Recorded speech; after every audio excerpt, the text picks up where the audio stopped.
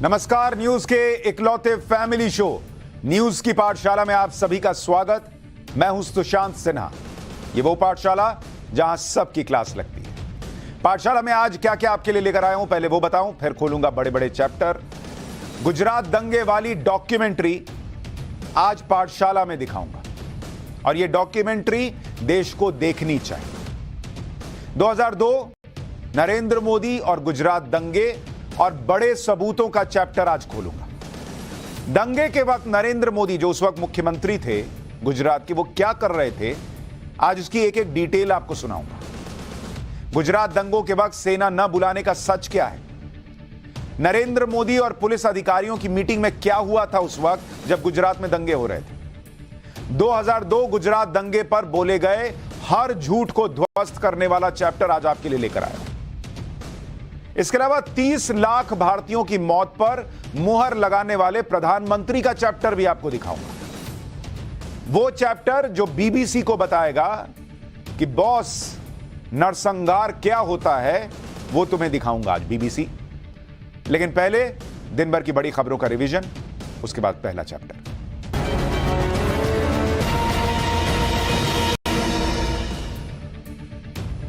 Egypt के राष्ट्रपति हैं अब्देल फतेह। उनकी पीएम मोदी की दिल्ली में मुलाकात हुई है। इजिप्ट के राष्ट्रपति को 26 जनवरी के गणतंत्र दिवस के मुख्य अतिथि के तौर पर भारत बुलाया गया है। दोनों नेताओं के बीच मुलाकात के दौरान आतंकवाद पर चर्चा हुई, रक्षा और सहयोग जैसे मुद्दों पर बातचीत हुई। मुलाकात के बाद पीएम मोदी ने कहा कि आतंकवाद के मुद्दे पर दोनों देश चिंतित हैं। क्रॉस बॉर्डर टेररिज्म के खिलाफ कड़े कदम उठाने की जरूरत है, यह बातचीत हुई। रिपब्लिक डे की पूर्व संध्या पर राष्ट्रपति द्रौपदी मुर्मू ने देश को संबोधित किया है। राष्ट्रपति ने देशवासियों को गणतंत्र दिवस की बधाई दी और कहा कि हम सब भारतीय हैं, इतने पंथों और भाषाओं ने हमें विभाजित नहीं किया बल्कि जोड़ा है। हम एक लोकतांत्रिक गणराज्य के रूप में सफल हुए हैं, यही भारत का सार तत्व है। राष्ट्रपति ने कहा कि आज भारत अपने अतीत को पीछे छोड़कर आगे बढ़ रहा है। आज भारत दुनिया की 5वीं सबसे बड़ी अर्थव्यवस्था है। आज विश्व मंच पर भारत आत्मविश्वास के साथ अपनी बात कहता है। जेडीयू के नेता उपेंद्र कुशवाहा और सीएम नीतीश कुमार के बीच बयानबाजी चल रही है। उपेंद्र कुशवाहा को लेकर अटकलें लग रही हैं कि वो जेडीयू छोड़ सकते हैं। नीतीश कुमार ने भी कहा था कि उन्होंने किसी को रोका तो है नहीं, नेता अपनी मर्जी से आते जाते हैं। इसी पर उपेंद्र कुशवाहा ने नीतीश कुमार को बड़ा भाई बताते हुए कहा कि अगर बड़े भाई के कहने से छोटा भाई घर छोड़कर जाने लगे तो बाप दादा की संपत्ति बड़ा भाई अकेले हड़प लेगा। उपेंद्र कुशवाहा ने कहा कि अपना हिस्सा छोड़कर ऐसे कैसे चले जाएंगे जी। अंधविश्वास फैलाने के आरोप में बागेश्वर धाम वाले बाबा को क्लीन चिट मिल गई। मामले की जांच करने वाली नागपुर पुलिस ने कहा कि बाबा धीरेन्द्र शास्त्री के ऊपर जो आरोप लगाए गए थे वो पूरी तरह से निराधार हैं। हमने जांच में पाया कि बाबा ने ऐसा कोई काम नहीं किया जिससे कि उनके ऊपर अंधविश्वास फैलाने जैसे आरोप साबित हो। धीरेन्द्र शास्त्री का नागपुर में 5 से 11 जनवरी के बीच एक कार्यक्रम आयोजित हुआ था। धीरेन्द्र शास्त्री को लेकर अंधश्रद्धा निर्मूलन समिति के उपाध्यक्ष श्याम मानव ने शिकायत दर्ज कराई थी। विरोध और बॉयकॉट अपील के बीच आज शाहरुख खान की फिल्म पठान रिलीज हो गई। फिल्म के रिलीज के साथ ही कई शहरों में पठान फिल्म का विरोध हुआ। बेंगलुरु में, इंदौर में, भागलपुर, गोरखपुर में हिंदू संगठनों ने फिल्म का विरोध किया। इन सब के बीच विश्व हिंदू परिषद ने फिल्म के खिलाफ अपना विरोध वापस ले लिया। वीएचपी का कहना है कि आपत्तिजनक सीन फिल्म से हटा दिया गया है, इसलिए वो फिल्म का विरोध नहीं कर रहे हैं। महिला इंडियन प्रीमियर लीग का पहला सीजन शुरू होने वाला है। आज सभी 5 टीमों का ऑक्शन हुआ। बीसीसीआई को इससे 4000 करोड़ रुपए से ज्यादा की कमाई हुई। पहले सीजन में मुंबई, अहमदाबाद, बेंगलुरु, लखनऊ और दिल्ली की टीम रहेगी। सबसे ज्यादा 1298 करोड़ की बोली अहमदाबाद टीम के लिए अडानी ग्रुप ने लगाई। मुंबई टीम को 912 करोड़ रुपए में रिलायंस ग्रुप की इंडाइविन स्पोर्ट्स ने खरीद लिया। माना जा रहा है कि मार्च में महिला इंडियन प्रीमियर लीग शुरू हो सकता है। तो ये हो गया दिन भर का रिवीजन। अब पाठशाला की पहली क्लास और इसमें आपको गुजरात दंगे वाली डॉक्यूमेंट्री दिखाऊंगा और नरेंद्र मोदी और गुजरात दंगों का पूरा सच क्या है ये बताऊंगा। यह भी बताऊंगा कि दंगे के वक्त नरेंद्र मोदी क्या कर रहे थे। इस डॉक्यूमेंट्री में आपको गुजरात दंगों की एक एक डिटेल दूंगा, वो डिटेल जो किसी और डॉक्यूमेंट्री में आपको नहीं मिलेगी।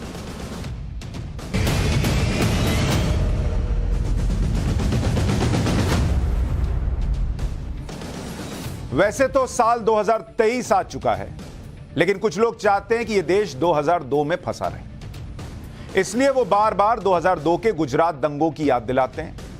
बहुत सारे लोग गुजरात दंगों के बारे में जानते नहीं होंगे। युवा पीढ़ी में से बहुत सारे लोग जो उसके बाद पैदा हुए या अभी वयस्क हुए हैं वो नहीं जानते 2002 के गुजरात दंगों के बारे में डिटेल में। बहुत सारे लोग ऐसे होंगे जो गुजरात दंगों को भूल चुके होंगे। बहुत सारे लोग होंगे जिनकी मेमोरी में गुजरात दंगों की कुछ कुछ बात होगी। दंगों की बात करना तो हमेशा तकलीफ देता है, क्योंकि इससे उन लोगों के जख्मों को फिर से हरा हो जाने का डर होता है जो पीड़ित रहे। यह वो देश है जहां दंगों का लंबा इतिहास रहा है, जिसके पीड़ित हिंदू भी हैं, मुसलमान भी हैं। हालांकि नैरेटिव यह बनाया जाता है जैसे कि दंगे जो हैं वो अभी हाल की बात हो। हाल में तो हुए ही नहीं है वैसे ज्यादा दंगे या कहीं इस तरह की जानकारी, लेकिन माहौल ऐसा बनाया जाता है। लेकिन आज बड़ी तकलीफ के साथ मैं गुजरात के 2002 के जो दंगे थे उनकी फाइल खोल रहा हूं, क्योंकि मुझे पता है इससे दुख होगा लोगों को, लेकिन मजबूर किवन तो कभी सीन में नहीं आते, जिक्र ही नहीं होता। लेकिन इन जख्मों को फिर से कुरेदा जा रहा है और इसके पीछे सिर्फ राजनीतिक मकसद है। नरेंद्र मोदी को लेकर जो अंधा विरोध है वो है।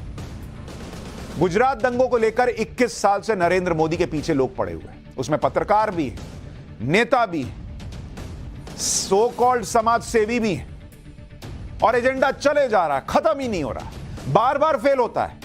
लेकिन इस एजेंडे को बार बार जिंदा करने की कोशिश भी होती रही, और इस बार यह कोशिश बीबीसी की एक डॉक्यूमेंट्री के जरिए हो रही है। बीबीसी की डॉक्यूमेंट्री को सीधे तौर पर दुष्प्रचार बताया गया है, लेकिन भारत में कुछ लोग इसे देखने और दिखाने पड़ रहे हैं। यूनिवर्सिटीज के कैंपस में हंगामा चल रहा है, जैसे कल रात जेएनयू में स्टूडेंट यूनियन ने, लेफ्ट विंग के स्टूडेंट यूनियन ने बिना इजाजत के इस डॉक्यूमेंट्री की स्क्रीनिंग कर दी। खूब हंगामा हुआ इस दौरान। जामिया मिलिया इस्लामिया यूनिवर्सिटी में भी इस डॉक्यूमेंट्री की स्क्रीनिंग को लेकर विवाद हो रहा है। ऐसे ही हैदराबाद सेंट्रल यूनिवर्सिटी में हुआ। कुल मिलाकर फिर से वही माहौल बनाया जा रहा है जो गुजरात दंगे के बाद से नरेंद्र मोदी के खिलाफ बनाया जाता रहा।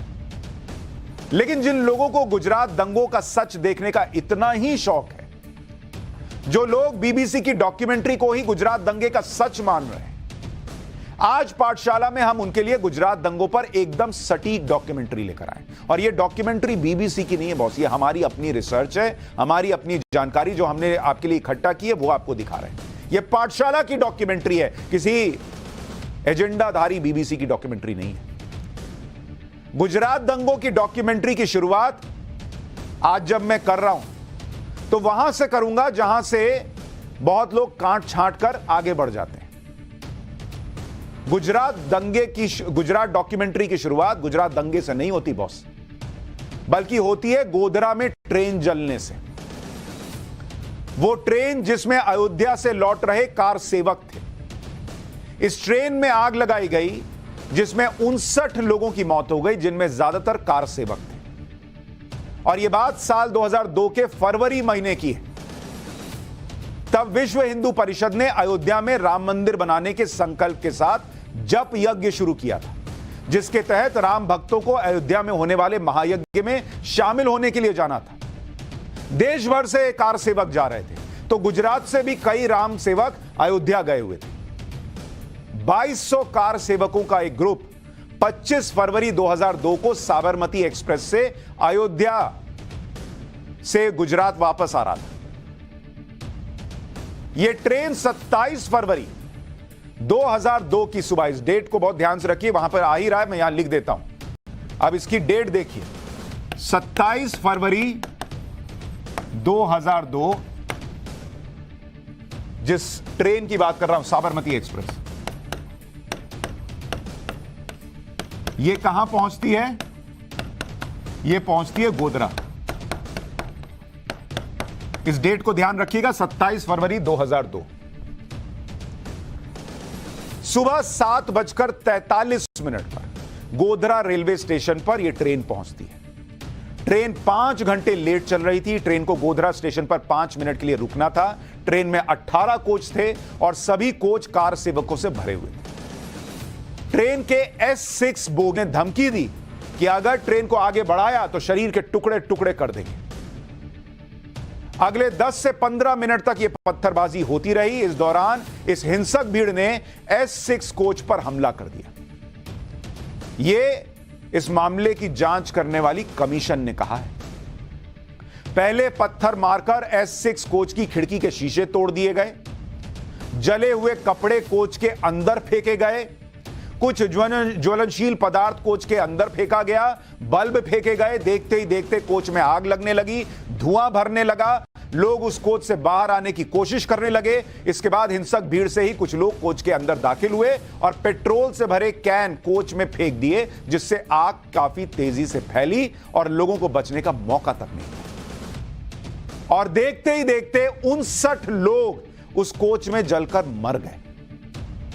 यह नानावटी कमीशन ने अपनी रिपोर्ट में कहा है। सुबह 11 बजे एक बार फिर से साबरमती ट्रेन पर भीड़ ने हमला किया। एक बार नहीं, दूसरी बार भी हमला हुआ। तब पुलिस ने भीड़ को हटाने के लिए फोर्स का इस्तेमाल किया। कोच नंबर S6 और S7 आग की चपेट में आ चुके थे, इसलिए दोनों डिब्बों को अलग किया गया। ट्रेन गोधरा से 12:40 पर रवाना हुई। साबरमती एक्सप्रेस में 59 लोगों को जिंदा जला दिया गया था। तो ये जो कहानी शुरू हुई 27 फरवरी को, यहां पर गोधरा में 59 लोग मर गए जलकर। और इन 59 लोगों में महिलाएं भी थी और बच्चे भी थे। लेकिन इस घटना को एक एक्सीडेंट का रूप देने की भी कोशिश की गई और इसके लिए कुछ थ्योरीज गढ़ी गई। जैसे एक थ्योरी यह गढ़ी गई कि शॉर्ट सर्किट की वजह से ट्रेन में आग लग गई। एक थ्योरी में यह कहा गया कि S6 कोच में किसी के पास डीजल या किसी ज्वलनशील पदार्थ की कैन थी, जिसकी वजह से आग लग गई। यहां तक कि जब यह नानावटी कमीशन की जांच चल ही रही थी, और अभी इसकी डिटेल बताऊंगा इसने क्या क्या कहा था, उसी दौरान साल 2005 में यूपीए सरकार में तब के रेल मंत्री लालू प्रसाद यादव ने कोलकाता हाईकोर्ट के रिटायर्ड जज यूसी बनर्जी को इस घटना की जांच का जिम्मा दे दिया। बनर्जी कमीशन ने अपनी रिपोर्ट में क्या कहा सुनिए। उन्होंने कह दिया कि आग जानबूझकर लगाई ही नहीं गई थी, यह एक दुर्घटना थी। आग ट्रेन के कोच के अंदर से शुरू हुई थी और संभवतः यह आग कुकिंग स्टोव जलाने की वजह से लगी हो। इस कमीशन की रिपोर्ट को आधार बनाकर कई नेताओं ने यही थ्योरी खूब चलाई कि गोधरा में जो हुआ वो तो एक दुर्घटना थी। लालू यादव ने इस रिपोर्ट के आधार पर नरेंद्र मोदी पर यह आरोप लगाए कि उनकी सरकार ने ही गुजरात दंगे करवाए थे। लेकिन बनर्जी कमीशन की रिपोर्ट पर भी सवाल उठे और यह सवाल किसी और ने नहीं, गुजरात हाईकोर्ट ने उठाए। गुजरात हाईकोर्ट ने तो बनर्जी कमीशन के गठन को ही अवैध करार दे दिया। गोधरा कांड में घायल हुए एक ट्रेन यात्री ने बनर्जी कमीशन की रिपोर्ट को गुजरात हाईकोर्ट में चैलेंज किया। अक्टूबर 2006 में हाईकोर्ट ने बनर्जी कमीशन के निष्कर्ष को खारिज कर दिया और यह कहा कि यह जांच असंवैधानिक थी, अवैध थी और इसे रद्द किया जाता है। और हाईकोर्ट ने इतना ही नहीं, हाईकोर्ट ने यह भी कहा कि ऐसा लगा कि आयोग का गठन सत्ता का इस्तेमाल करते हुए गलत मंशा से किया गया और रिपोर्ट की दुर्घटना ट्रेन में आग लगा दी गई थी। वो सुबह 8:15 पर स्टेशन पहुंचे थे। उन्होंने वहां मौजूद रेलवे पुलिस से पूछा कि क्या हुआ, तो उन्होंने बताया कि ट्रेन पर पहले पत्थरबाजी हुई, फिर उसमें आग लगा दी गई।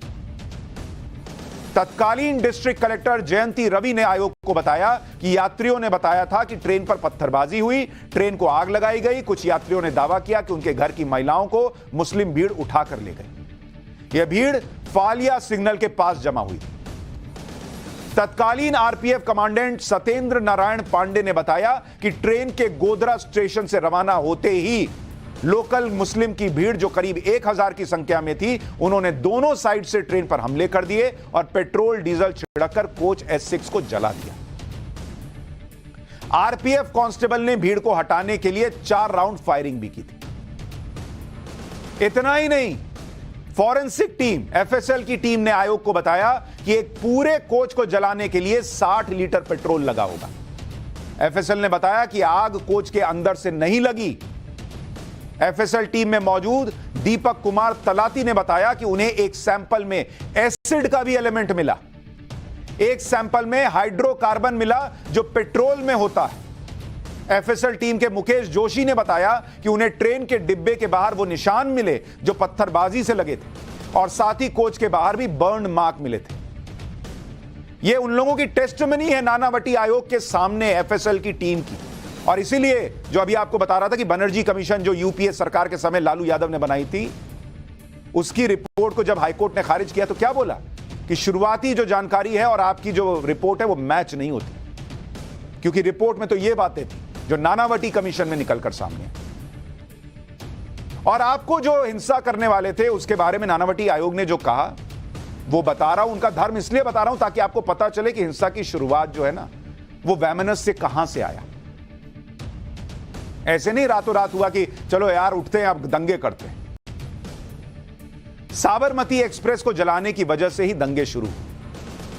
ट्रेन को जलाए जाने की जांच करने वाले नानावटी आयोग ने 2008 में अपनी पहली जांच रिपोर्ट में यह निष्कर्ष निकाला कि ट्रेन को जलाया जाना पूर्व नियोजित था और इसका मकसद ट्रेन के कोच में सफर कर रहे कार सेवकों को नुकसान पहुंचाना था। यह रिपोर्ट 2008 में गुजरात विधानसभा में पेश की गई और इस रिपोर्ट का एक दूसरा हिस्सा फाइनल रिपोर्ट के तौर पर 2014 में आया और उसमें क्या कहा गया पता है? कि गुजरात दंगों में कोई साजिश नहीं थी। इस घटना के बाद जो ट्रेन जली और उसके बाद जो दंगे हुए उसमें नानावती आयोग ने कहा कि उसमें कोई साजिश नहीं थी कि ये दंगे पहले से प्लान थे कि कर देते हैं। ये दंगे मुख्य तौर पर गोधरा में ट्रेन जलाए जाने की घटना को लेकर आक्रोश की वजह से हुए थे। 2014 में नानावटी आयोग ने जो फाइनल रिपोर्ट सौंपी थी उसे 2019 में गुजरात विधानसभा में पेश किया गया था और इसमें यह भी कहा गया कि गुजरात दंगों में ऐसा कोई भी केस नहीं है जिसमें यह बताया जा सके कि बीजेपी, वीएचपी या दूसरी पार्टियों या दूसरे धार्मिक संगठनों ने मुसलमानों पर हमले को भड़काया।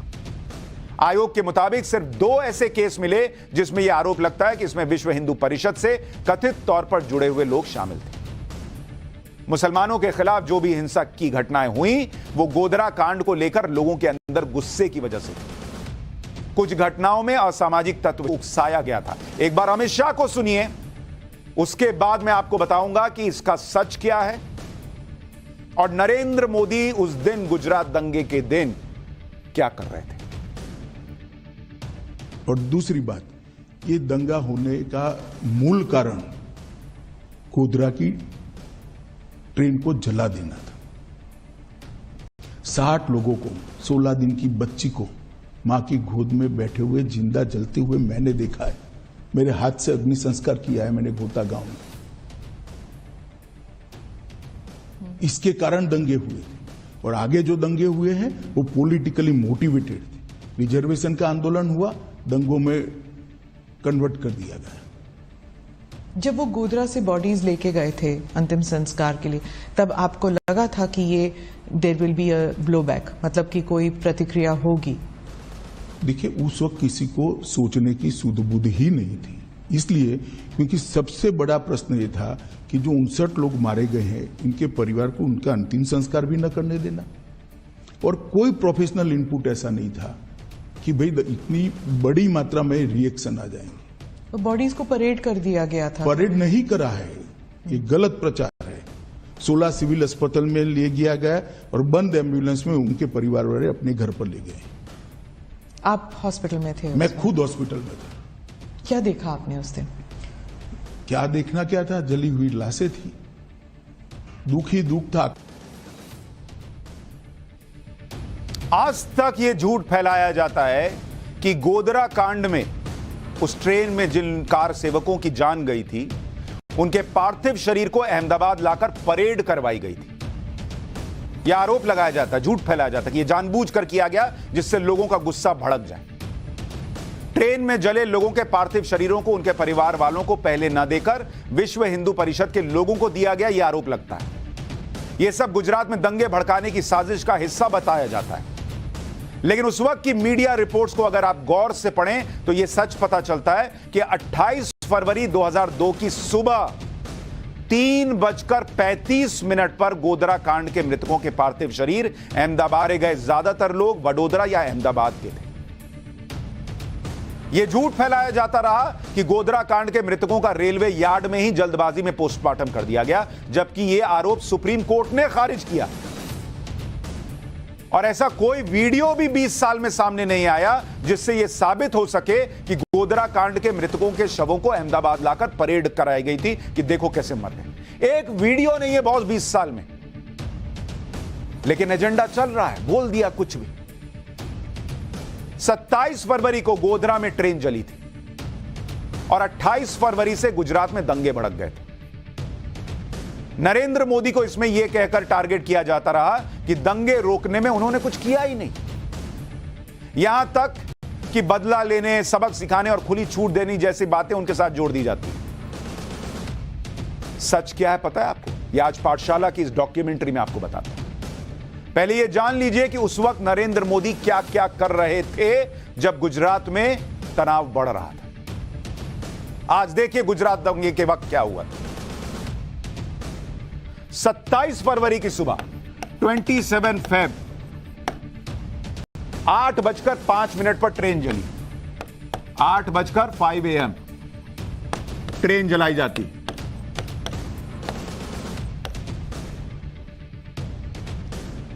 9 बजे इसी दिन 9 AM तब के सीएम नरेंद्र मोदी जी को जानकारी मिलती है कि भैया ऐसी घटना हो गई है और वहां ट्रेन जल गई है। तब के सीएम को 9 बजे 8:05 पे घटना होती है, 9 बजे उनको पता चलता है कि बहुत ऐसा कुछ हो गया। ठीक 10:30 बजे उसी दिन 10:30 AM सीएम मोदी एक मीटिंग बुलाते हैं इसी गोधरा कांड पर अपने अधिकारियों के साथ। दोपहर 12 बजे 12 PM विधानसभा में बताते हैं नरेंद्र मोदी की क्या हुआ है। विधानसभा में जानकारी देते हैं 12 बजे, और इस बारे में प्रधानमंत्री अटल बिहारी वाजपेयी से भी बात करते हैं और हाई लेवल जांच के आदेश देते हैं। यहीं पर कहते हैं कि जांच हो, और वाजपेयी जी से बात करते हैं। उसके बाद दोपहर 3:30 बजे 3:30 PM अहमदाबाद से रवाना होते हैं और कहां जाते हैं? शाम 4 बजकर यहां से निकले, अहमदाबाद से निकले, अहमदाबाद से रवाना, और 4:45 4:45 PM गोधरा पहुंचते हैं जहां पर यह घटना हुई है। उस वक्त के सीएम नरेंद्र मोदी 4:45 पर गोधरा पहुंचते हैं हालात का जायजा लेने के लिए। वहीं पर रहते हैं और रात 10:30 PM रात 10:30 बजे वो गांधीनगर वापस आते हैं, गांधीनगर लौटते हैं। और उसके बाद 10:30 बजे सुबह से लेकर रात तक इसी में लगे हुए हैं, और रात 11 बजे 11 PM यहां आ जाइए, यहां से यहां आइए।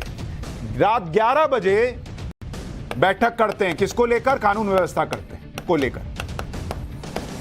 जो आदमी सुबह 9 बजे से लेकर रात 11 बजे तक इसी काम में लगा हुआ है कि यह घटना कैसे हो गई, प्राइम मिनिस्टर को बता चुका है, विधानसभा को बता रहे हैं, रात 11 बजे आकर मीटिंग कर रहे हैं कि भैया कानून व्यवस्था देख लो, सब ठीक रहना चाहिए। और उनके बारे में कहा जाता है कि नरेंद्र मोदी हाथ पर हाथ धर के बैठे हुए थे, कोई मीटिंग नहीं कर रहे थे, उनको कोई चिंता नहीं थी, उनको कोई चिंता नहीं थी कि पोस्ट गोधरा कुछ अनहोनी हो जाएगी। और इसीलिए रात 11 बजे जब कोई आदमी दिन भर ये सब कर आएगा और लौटेगा तो सोएगा, वो आदमी बैठकर मीटिंग कर रहे हैं और उनके बारे में कहा जाता है कि अरे वो तो कुछ कर ही नहीं रहे थे। बॉस आंखें कब खोलेंगे आप? फैक्ट्स पर कब बात होगी?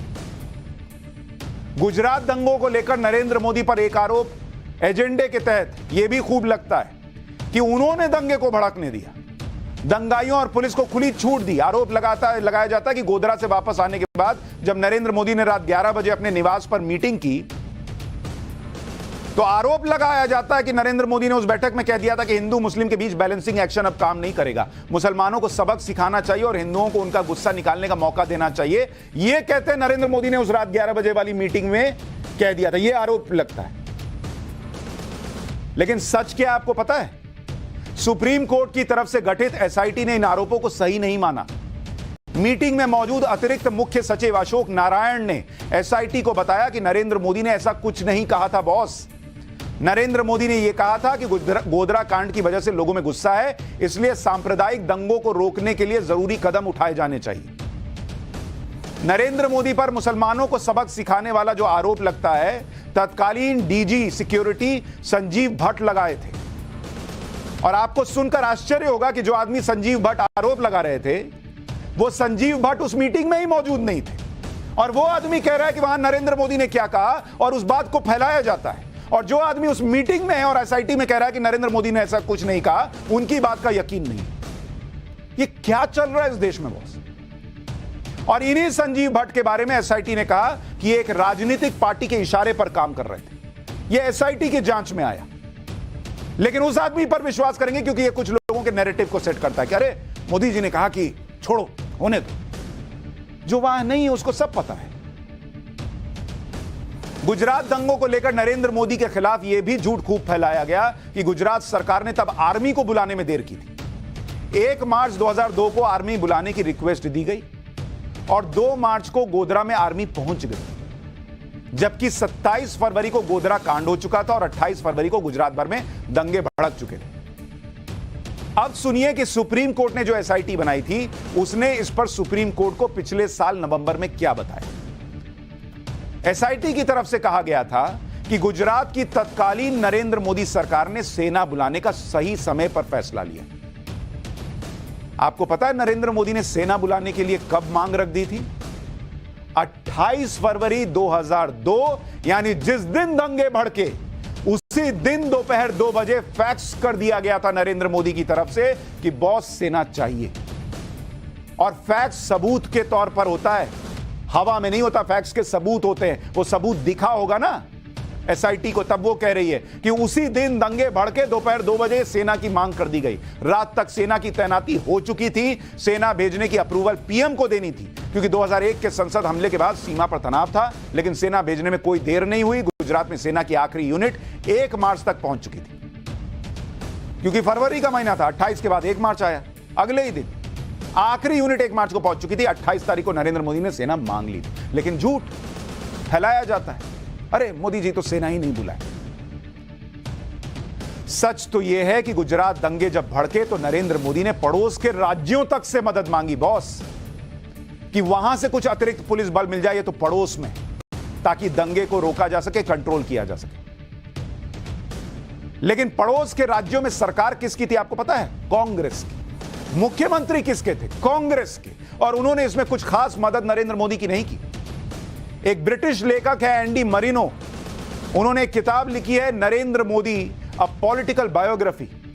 इसमें उन्होंने जानकारी दी है कि नरेंद्र मोदी ने गुजरात के 3 पड़ोसी राज्यों के तत्कालीन मुख्यमंत्रियों से अपील की थी कि भैया हमको फोर्स दे दीजिए, यहां दंगे भड़क रहे हैं। वो राज्य कौन थे आपको पता है? राजस्थान, जहां मुख्यमंत्री थे अशोक गहलोत, सरकार थी कांग्रेस की। महाराष्ट्र में विलासराव देशमुख मुख्यमंत्री थे, सरकार थी कांग्रेस की। मध्य प्रदेश में दिग्विजय सिंह मुख्यमंत्री थे, सरकार थी कांग्रेस की। कानून व्यवस्था संभालने के लिए इन 3 राज्यों से पुलिस की 10 कंपनियां देने की मदद मांगी गई थी। दंगे भड़कने के अगले ही दिन यानी 1 मार्च को 3 कांग्रेस शासित राज्यों के मुख्यमंत्रियों को बाकायदा लेटर लिखा गया, लेकिन महाराष्ट्र से ही कुछ मदद मिली, कुछ, जहां से बहुत ही कम संख्या में पुलिस वालों को भेजा गया। बाकी राज्यों ने तो मदद से सीधे इनकार कर दिया। यहां तक कि दिग्विजय सिंह जो मध्य प्रदेश के मुख्यमंत्री थे, उन्होंने तो एसओएस पर 2 हफ्ते कोई जवाब ही नहीं दिया। जब जवाब दिया तो इस बहाने से मदद से इनकार कर दिया कि मध्य प्रदेश के अंदर ही स्पेशल फोर्स की बहुत जरूरत है और इसे कहीं और लगा नहीं सकते। ये वही दिग्विजय सिंह है जो नरेंद्र मोदी के सबसे बड़े विरोधियों में से एक है, और ये वही कांग्रेस पार्टी है जो गुजरात के दंगों पर सवाल खड़े करती है। कोई उनसे पलटकर आज तक नहीं पूछता कि इतनी चिंता थी कि सो कॉल्ड एथनिक क्लींजिंग हो रही थी तो अपने राज्यों से पुलिस क्यों नहीं भेजे बॉस? पर कौन पूछेगा? यहां तो एजेंडा चलाना है लोगों को। नरेंद्र मोदी को गुजरात दंगों का जिम्मेदार बताते हुए एक बार दिग्विजय सिंह ने नरेंद्र मोदी पर सवाल उठा दिए थे। दोनों नेता एक मीडिया ग्रुप के कार्यक्रम में एक ही मंच पर थे और तब दिग्विजय सिंह ने नरेंद्र मोदी से कह दिया कि देश ऐसे नहीं चलेगा कि लोग मरते जाएं और आपकी सरकार हत्यारों को बचाने में लगी रहे। सबके सामने नरेंद्र मोदी ने दिग्विजय सिंह को जवाब दिया था, और क्या दिया था सुनिए। नरेंद्र मोदी ने सबके सामने कहा, आज भी वो वीडियो पड़ा हुआ है दूसरे चैनल का, इसलिए दिखा नहीं रहा हूं, लेकिन क्या कहा सुनिए। जब 2002 में गुजरात में घटना हुई, दिग्विजय सिंह मध्य प्रदेश के मुख्यमंत्री थे। गुजरात की सरकार ने तुरंत फैक्स से राजस्थान, मध्य प्रदेश और महाराष्ट्र की सरकार को संदेश भेजा कि गुजरात को तत्काल पुलिस की मदद चाहिए। आप अपनी पुलिस फोर्स गुजरात भेजिए। तीनों कांग्रेस शासित राज्य हैं और इन्होंने मना कर दिया।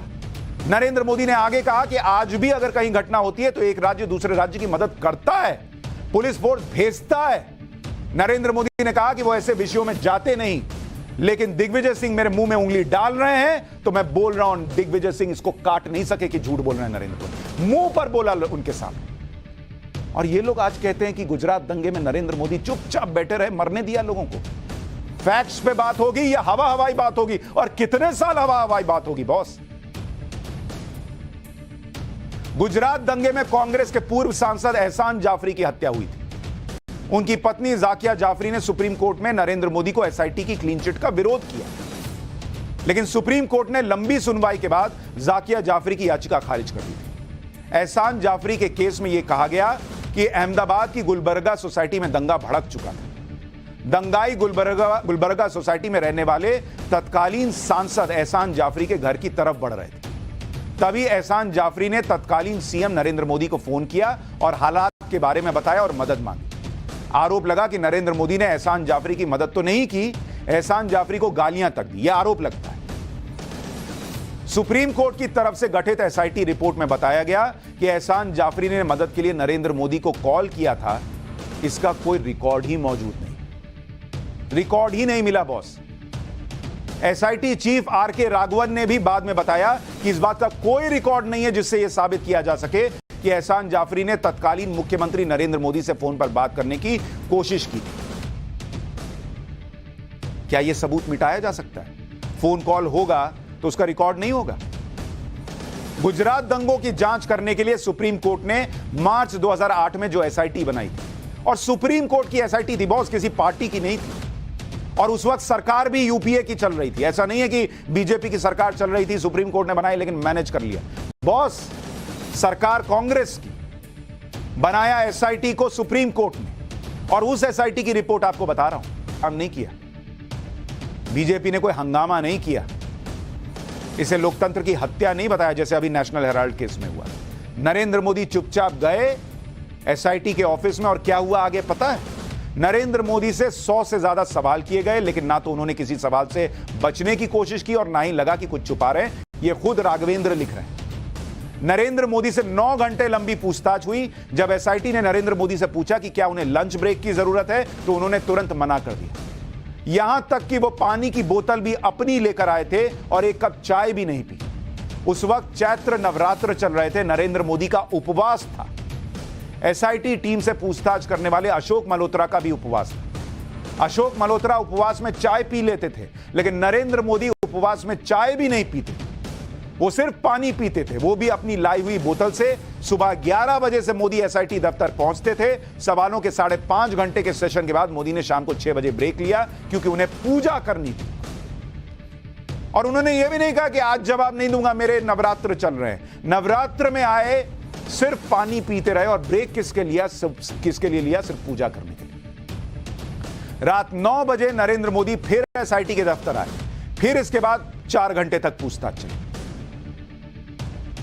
नरेंद्र मोदी के खिलाफ सिर्फ राजनीतिक दलों ने ही माहौल नहीं बनाया, बल्कि कुछ कथित समाज सेवक, कुछ संस्थाएं और मीडिया के एक वर्ग ने भी गुजरात दंगों को लेकर नरेंद्र मोदी को विलेन साबित करने का पूरा एजेंडा चलाया बॉस, एक कसर नहीं छोड़ी। और मैं मान भी लेता कि बहुत अच्छा कर रहे हो, लेकिन कोई फैक्ट तो रखोगे। अगर एसआईटी पे विश्वास नहीं, सुप्रीम कोर्ट पे विश्वास नहीं, किसी कमीशन पे विश्वास नहीं, तो बंद कर देते ना बॉस। यूपीए की सरकार थी, कह देते हमको किसी पे विश्वास नहीं, हम बंद करो, हम नहीं मानेंगे, हम वही मानेंगे जो हमको मानना है, तो फिर खत्म हो जाता मामला।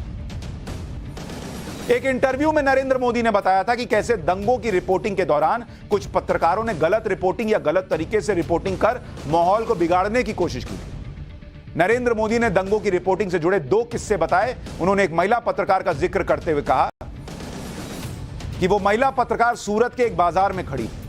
वो बाजार बंद था। महिला रिपोर्टर ने बताया कि ये हीरो का बाजार है, यहां एक भी पुलिसकर्मी नहीं है। ये रिपोर्ट देखने के बाद नरेंद्र मोदी ने उस महिला पत्रकार को फोन किया और कहा कि क्या आप हुड़दंगियों को ये बता, हमारा बॉर्डर जिला है, अभी हम भूकंप से बाहर आए और वहां पर तुम ये खबर फैलाओगे कि एक मंदिर टूट गया है, तो क्या होगा, कोई अंदाजा है तुमको? और क्या तुमने जांच की है, क्यों आग लगा रहे हो? ये रिपोर्टर से नरेंद्र मोदी ने कहा, जिस आदमी का मकसद ये होता कि खूब हिंसा बढ़ के एथनिक क्लिंजिंग हो जाए सो कॉल्ड, वो क्या रिपोर्टर को मना करते? फिर तो और आग लगने देते। रिपोर्टर को अपनी जिम्मेदारी समझ में नहीं आ रही थी। उस वक्त के सीएम को फोन करके कहना पड़ रहा था कि क्यों ऐसा कर रहे हो भाई, दंगे ऑलरेडी भड़के हुए। बाद में नरेंद्र मोदी ने उस घटना की जांच भी करवाई तो पता चला कि जिस मंदिर की बात हो रही थी वो एक पेड़ के नीचे एक मूर्ति थी, उसे भी किसी दंगाई ने नहीं बल्कि एक छोटे बच्चे ने जाकर उसे नुकसान पहुंचाया, वो भी बहुत मामूली सा। पर वो रिपोर्टर साहब का ये ट्रैक रिकॉर्ड है। इसी तरह किसान आंदोलन के वक्त उन्होंने बता दिया था कि एक किसान का ट्रैक्टर जो है जो पलटने से मौत हुई थी उसको उन्होंने बता दिया था कि गोली लगने से मौत हो गई। तो उनका ट्रैक रिकॉर्ड है, पर उनका ट्रैक रिकॉर्ड कोई नहीं चेक करता क्योंकि वो पत्रकार है, उनको कौन बोलेगा बॉस। सवाल तो नरेंद्र मोदी से खाली पूछना, और पूछो ना भाई, क्यों नहीं पूछोगे, लेकिन फैक्ट तो रखोगे। गुजरात दंगों को लेकर नरेंद्र मोदी के खिलाफ जो दुष्प्रचार सालों तक किया गया उसमें राजनीतिक तौर पर नरेंद्र मोदी को खत्म करने की साजिश थी कि इनका करियर ही खत्म कर दो। इस साजिश का जो हिस्सा थे उसमें मैं आपको बताता हूं, और ये अपने मर्जी की बात नहीं कर रहा हूं, ये सब सुप्रीम कोर्ट से जो बातें बाहर आती हैं, जो जांच में आती हैं, वो आपको बता रहा हूं। इसमें एनजीओ भी शामिल है, कहने को एनजीओ है लेकिन इनका काम क्या था, नरेंद्र मोदी का करियर खत्म कर। इसमें अधिकारी भी शामिल थे जो नेताओं के इशारे पर चल रहे थे, वो भी शामिल थे, और इसमें पत्रकारों का एक ग्रुप भी शामिल था। ये सब का एक ही टारगेट था, और वो टारगेट थे नरेंद्र मोदी। इनका एक ही टारगेट था, और ये आज भी उसी टारगेट पर है कि कैसे इस बात को साबित कर दें कि कुछ तो था। और ऐसे लोग आज भी एक्टिव हैं। इसलिए जब गुजरात दंगों को लेकर कोई बात आती है तो इन्हें अपना एजेंडा फिर से जिंदा करने का मौका मिलता है। आज कांग्रेस के बड़े नेता एके एंटनी के बेटे अनिल एंटनी ने कांग्रेस से इस्तीफा दे दिया। अनिल एंटनी ने पीएम नरेंद्र मोदी पर बीबीसी की डॉक्यूमेंट्री के विरोध में ट्वीट किया था, जिसके बाद कांग्रेस के नेताओं और समर्थकों की तरफ से उनको धमकियां मिलने लगी। ट्वीट वापस लेने का दबाव बनाया जाने लगा, जिसके बाद अनिल एंटनी ने कांग्रेस से इस्तीफा दे दिया। और ये वो लोग हैं जो बोलने की आजादी की लड़ाई लड़ रहे हैं, सो कॉल्ड आज के उस भारत में जहां हिटलर शाही चल रही है। तो जो आज की सरकार को हिटलर बताते हैं वो खुद क्या कर रहे हैं वो आप देखिए। ये बोलने की आजादी का नतीजा है कि इस आदमी को इस्तीफा देना पड़ गया, इतना धमकी मिल गई। इस्तीफा देने के बाद अनिल एंटनी ने कहा कि कांग्रेस नेता राहुल गांधी देश को प्यार से जोड़ने की बात करते हैं और उनके समर्थक इस तरह से धमकी दे रहे हैं। सुनिए एक बार। I have left all the positions and roles I am holding in the KPCC and ASSC. I am a die-hard congressman, but at the same time, the current circumstances makes me believe that things have become untenable for me to find a space or work in this current system. So, After a decision, BJP is criticizing Congress party, that especially the party who talks about intolerance, who talks about freedom of speech, is not allowing its leader to speak or put his views publicly. see, I disagree with the BJP on a lot of things, but sadly, this is a thing which, because of certain circumstances, finally I have sadly to agree to, because it is a fact. Yesterday, if you look at certain scenarios and how it started, I made a tweet and I made a very innocuous tweet with very good intentions. The tweet didn't have anything which is against any Congress policy nor any stance of the Congress in any manner. However, the reaction which I have faced and the backlash I faced and whatever I faced in the last 24 hours, I would say that this is not a place where I would want to stay on any longer in the current environment. Like, you go to my Facebook post, you go to my Facebook wall, you go to my wall, and from 8 p.m. for the next 12 hours it still hasn't stopped, where the only thing you can see is actually a lot of messages, hundreds of messages of hatred and abuse and threats. And here you have somebody, a great leader, who is saying that he is trying to unite this country with love, and these are the kind of supporters he is having. Then where will this go?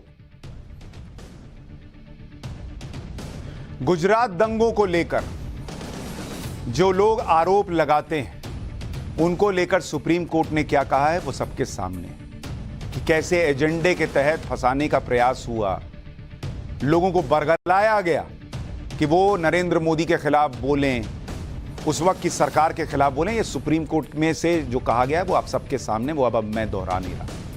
कल मैंने आपको बताया था कि गुजरात दंगों को लेकर हर जांच में, सुप्रीम कोर्ट की सुनवाई में, गुजरात हाई कोर्ट की सुनवाई में हर जगह से नरेंद्र मोदी को क्लीन चिट मिली। और आज आपको एक एक डिटेल दी ताकि ये गुजरात फाइल दोबारा ना खोलनी पड़े। बॉस, कोई बीबीसी हमको बताएगा क्या? वो हमारे यहां की एसआईटी, हमारे यहां की सरकार, हमारे यहां की जांच एजेंसी, हमारे यहां की सुप्रीम कोर्ट से बड़ा है क्या? और अगर उसमें कोई सबूत रख देता तो फिर भी मानता, कहानी गढ़ रहा है और उसको उम्मीद यह है कि शायद इस कहानी से कुछ हो जाएगा। और हमारे यहां कुछ लोग आज भी उस कहानी को जिंदा कर रहे हैं क्योंकि वो इस उम्मीद में है कि 2024 में शायद इस कहानी के जरिए नरेंद्र मोदी को रोक देंगे। अरे बॉस, अगर थोड़ी भी पॉलिटिकल समझ तुम्हें है तो तुम्हें समझ में आना चाहिए कि 2002 का जितनी बार इस्तेमाल करोगे मुंह की खाओगे। पहले भी कर चुके हो, हर बार नरेंद्र मोदी की सीटें बढ़ती बढ़ती हैं। इस बार भी कर रहे हो, मुंह की खाओगे। और आपको तो इतना दिख जाना चाहिए कि जिस गुजरात के दंगे की बात करते हो, उस गुजरात ने अभी नरेंद्र मोदी को रिकॉर्ड सीटें दी हैं। उनको क्या याद दिला रहे हो तुम? लेकिन मैं चाहता हूं कि जब देश कोरोना के संकट काल से निकल रहा है, ऐसे एजेंडाधारियों से बचिए, ऐसे लोगों से बचिए, सावधान रहिए। क्योंकि ये 2002 में इसलिए आपको खींच कर ले जाना चाहते हैं क्योंकि इनका एजेंडा है कि भारत। लेकिन हमने आपको गुजरात दंगों की असली डॉक्यूमेंट्री तो दिखाई और गुजरात दंगों का सच तो बताया। अब आपको उस प्रधानमंत्री का चैप्टर दिखाते हैं जिसने 1-2 हजार नहीं, 1-2 लाख नहीं, 30 लाख भारतीयों की मौत पर मुहर लगा दी थी। और ये वो चैप्टर है जो बीबीसी को भी बताएगा कि नरसंहार होता क्या है।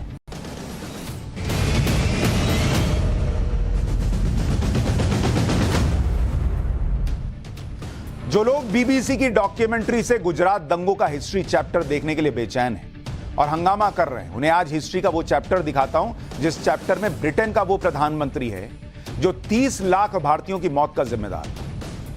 लेकिन वही ब्रिटिश मीडिया जिसे आज कुछ लोग मोदी विरोध के चक्कर में क्रांतिकारी बता रहे हैं, वही ब्रिटिश मीडिया 30 लाख भारतीयों की जान लेने वाले प्रधानमंत्री को हीरो मानती है। Boss, hero.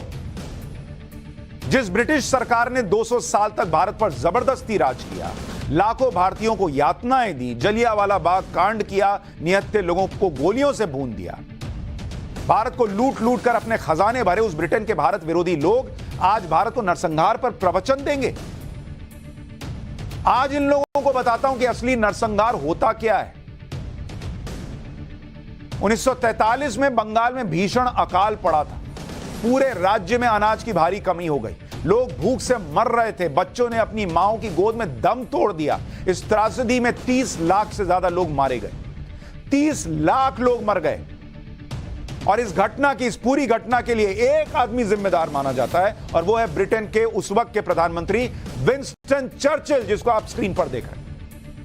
एक आदमी की वजह से 30 लाख भारतीय मर गए, बच्चे, महिलाएं, बूढ़े, बुजुर्ग सब मर गए इस विंस्टन चर्चिल की वजह से। और ये उसी ब्रिटिश मीडिया का हीरो है।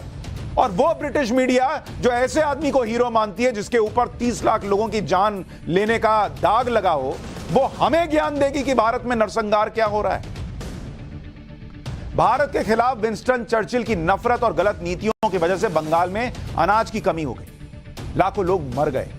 आज इसके पीछे की सच्चाई आपको बताता हूं उस वक्त क्या हुआ। बीबीसी वाले भाई लोग देखें, विंस्टन चर्चिल 1940 में ब्रिटेन के प्रधानमंत्री बने। इस समय दुनिया में दूसरा विश्व युद्ध चल रहा था, जिसकी वजह से ब्रिटेन की अर्थव्यवस्था पर बहुत बोझ बढ़ चुका था और इसकी पूर्ति भारत से की जा रही थी। युद्ध की वजह से भारत के अनाज को यूरोप के अलग अलग हिस्सों में भेजा जा रहा था। चर्चिल सिर्फ उन लोगों तक राशन पहुंचाना चाहते थे जो युद्ध में शामिल थे या युद्ध की वजह से बुरे दौर में थे। भारत में अनाज की कमी और बंगाल में लोगों को मरने की खबर चर्चिल के पास पहुंची कि बंगाल में लोग मर रहे हैं भूख से। 1943 में दूसरे विश्व युद्ध को लेकर विंस्टन चर्चिल एक वॉर कैबिनेट की बैठक कर रहे थे, जिसमें बंगाल में अकाल से मर रहे लोगों को राहत भेजने का प्रस्ताव रखा गया। उस समय 5 लाख टन गेहूं की तत्काल जरूरत थी, लेकिन इस आदमी ने, विंस्टन चर्चिल ने, उस प्रस्ताव को ठुकरा दिया, यह जानते हुए कि लोग भूख से मर रहे हैं। चर्चिल ने क्या कहा आप सुनेंगे। उस आदमी ने कहा कि Indians were breeding like rabbits, यानी भारत के लोग खरगोश की तरह बच्चे पैदा कर रहे हैं। यानी इसकी समझ में यह था कि मरते हैं तो मर जाएं, ये तो इंडियंस तो बच्चे ऐसे ताबड़तोड़ पैदा कर रहे हैं, मर रहे हैं तो अच्छा ही है शायद। भारत की बढ़ती आबादी इस अकाल के लिए जिम्मेदार है, इसको लगता था। बंगाल में भूख से मर रहे लोगों की मदद के लिए ऑस्ट्रेलिया और दूसरे देशों ने भारत में मदद करने की पेशकश दी, लेकिन चर्चिल ने मना कर दिया। इसके पीछे तर्क क्या दिया कि जापान इस खजाने को लूट सकता है। दूसरे विश्व युद्ध में बर्मा पर जापान ने कब्जा कर लिया था, इससे वहां से चावल की सप्लाई रुक गई। ब्रिटिश आर्मी ने चर्चिल के आदेश पर बंगाल में अपने लिए चावल की जमाखोरी कर ली। इन फैसलों की वजह से बंगाल में भीषण अकाल आया, जिसमें सरकारी कागजों के हिसाब से 15 लाख लोग मारे गए, जबकि यह आंकड़ा 30 से 45 लाख का था। बॉस, ये अकाल नहीं था, ये एक नरसंहार था। वो लोग बच सकते थे, लेकिन इस विंस्टन चर्चिल ने अपने फैसले से मार दिया, क्योंकि इनको लगता था कि भारतीय तो खरगोश की तरह बच्चे पैदा करते, मरते तो मर जाए। और वो ब्रिटिशर्स और वो बीबीसी हमको आकर ज्ञान देंगे कि नरसंहार क्या होता है। आपको जानकर हैरानी होगी कि बंगाल के नरसंहार की चर्चा ब्रिटेन में नहीं होती, क्योंकि 1945 में दूसरे विश्व युद्ध में ब्रिटेन जीत गया और ब्रिटेन की मीडिया ने विंस्टन चर्चिल को हीरो बना दिया। 30 लाख लोगों की मौत का जिम्मेदार ब्रिटेन का हीरो, और यह सिलसिला आज भी जारी है। आपको बीबीसी की एक खबर का टाइटल दिखाता हूं, जिस पर लिखा है, विंस्टन चर्चिल की नायक वाली छवि को भारतीय क्यों नहीं स्वीकार कर पाते। यह बीबीसी छाप रहा है और यहां हमको ज्ञान दे रहा है कि भारत में नरसंहार क्या होता है। अरे पहले अपना हेडलाइन ठीक करो यार। मार दिया इस आदमी ने 30 लाख भारतीयों को और कह रहे हो ये क्यों हम इसको हीरो नहीं मान पाते। इसी बात को अंग्रेजी में लिखा है कि Churchill's legacy leaves Indians questioning his hero status. जिस चर्चिल ने भारत के 30 लाख लोगों की मौत का सीधे तौर पर उसको जिम्मेदार माना जाता है, वो ब्रिटेन के लिए आज भी नायक है। अरे चर्चिल तो वो व्यक्ति था जो भारतीयों से नफरत करता था, वो भारत की आजादी की पूरी तरह खिलाफ था। चर्चिल का मानना था कि भारत के लोग सत्ता नहीं संभाल सकते, और आज एक भारतीय मूल का व्यक्ति ऋषि सुनक ब्रिटेन की सत्ता संभाल रहा है। चर्चिल जी जहां से बैठे वहां से देखिए, भारतीय मूल का व्यक्ति आपका देश चला रहा है और आप समझा रहे थे कि भारत से अपना देश नहीं चलेगा। चर्चिल अगर जिंदा होते तो शायद सदमे में ही मर जाते ये देखकर। किसी देश के लिए जितने खतरनाक बाहरी दुश्मन होते हैं, उससे ज्यादा खतरनाक अंदर के दुश्मन होते हैं, क्योंकि ये देश को अंदर से खोखला करते हैं। यही रूस यूक्रेन युद्ध में यूक्रेन के साथ हो रहा है। यूक्रेन की बर्बादी में कैसे वहां के नेता आबाद हो रहे हैं, अब इसका चैप्टर खोलो।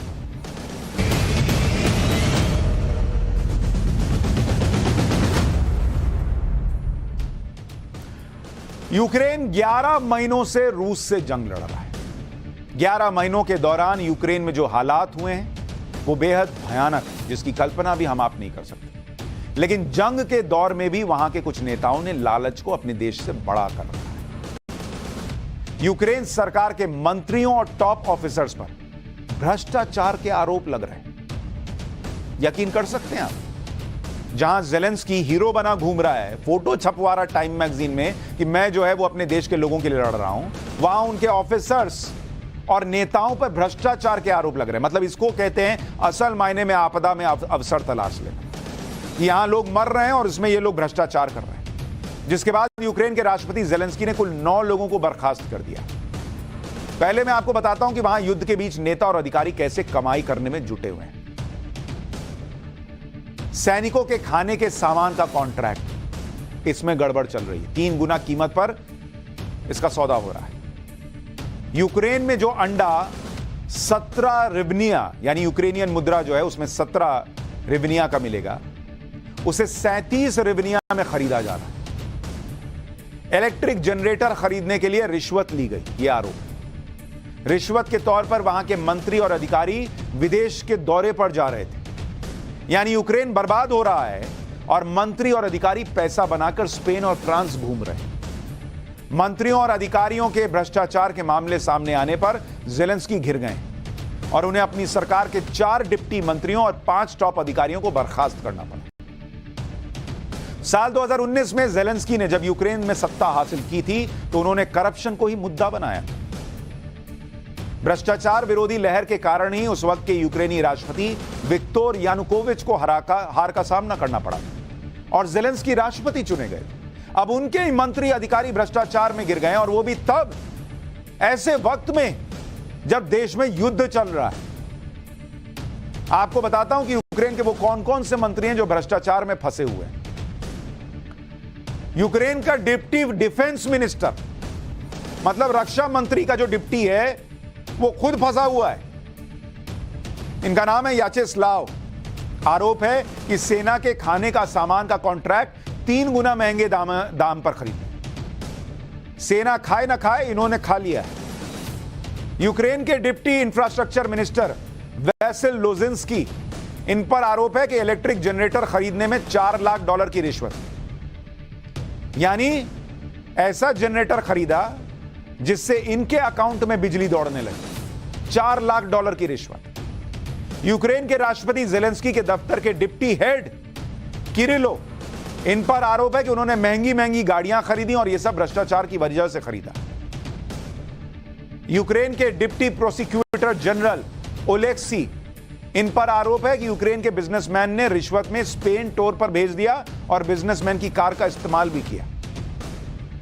आप सोचिए क्या लोग हैं ये लोग। जिस देश के नेता और अधिकारी दूसरे देशों से मिल रही सैन्य मदद और सैन्य कॉन्ट्रैक्ट में घपला कर दे रहे हैं, वो देश युद्ध लड़ेगा और कैसे जीतेगा बॉस? अमेरिका, नेटो के जो देश हैं यूक्रेन को सैन्य और आर्थिक मदद दे रहे हैं इसलिए कि यहां घोटाला हो जाए, और दुनिया जो इतनी तबाही झेल रही है इसलिए कि तुम पैसा कमाओ। यहां लोगों की नौकरियां जा रही हैं और तुम अपना अकाउंट भर रहे हो, और यहां मसीहा भी दिखा रहे हो खुद को कि मैं लड़ रहा हूं। इनको मदद कैसे दी जा रही है? अब तक किस किस देश ने मदद दी है? अमेरिका कुल $48 अरब की मदद दे चुका है। ब्रिटेन $6 अरब से ज्यादा की मदद दे चुका है। जर्मनी $5 अरब से ज्यादा की मदद दे चुका है। करीब 40 देशों ने सैन्य और आर्थिक मदद दी है, इसलिए कि वहां से आर्थिक मदद मिले, तुम लड़ते रहो, दुनिया बर्बादी होती रहे और तुम्हारे नेता और अधिकारी जो हैं वो पैसा खाएं। इसलिए मैं कहता हूं, ये तो पाठशाला में घंटी बज रही है, अपने दिमाग की घंटी बजाइए। यूक्रेन के लोग हों, यूरोप के लोग हों, अमेरिका के लोग हों, ब्रिटेन के हों या अपने भारत के हों, बॉस ये एजेंडाधारी सब जगह घूम रहे हैं, इनसे बचिए, नहीं तो देश ही बर्बाद होता है जैसे यूक्रेन हो गया। पाठशाला में आज के लिए इतना ही। कल रात 8:50 पर मुलाकात होगी।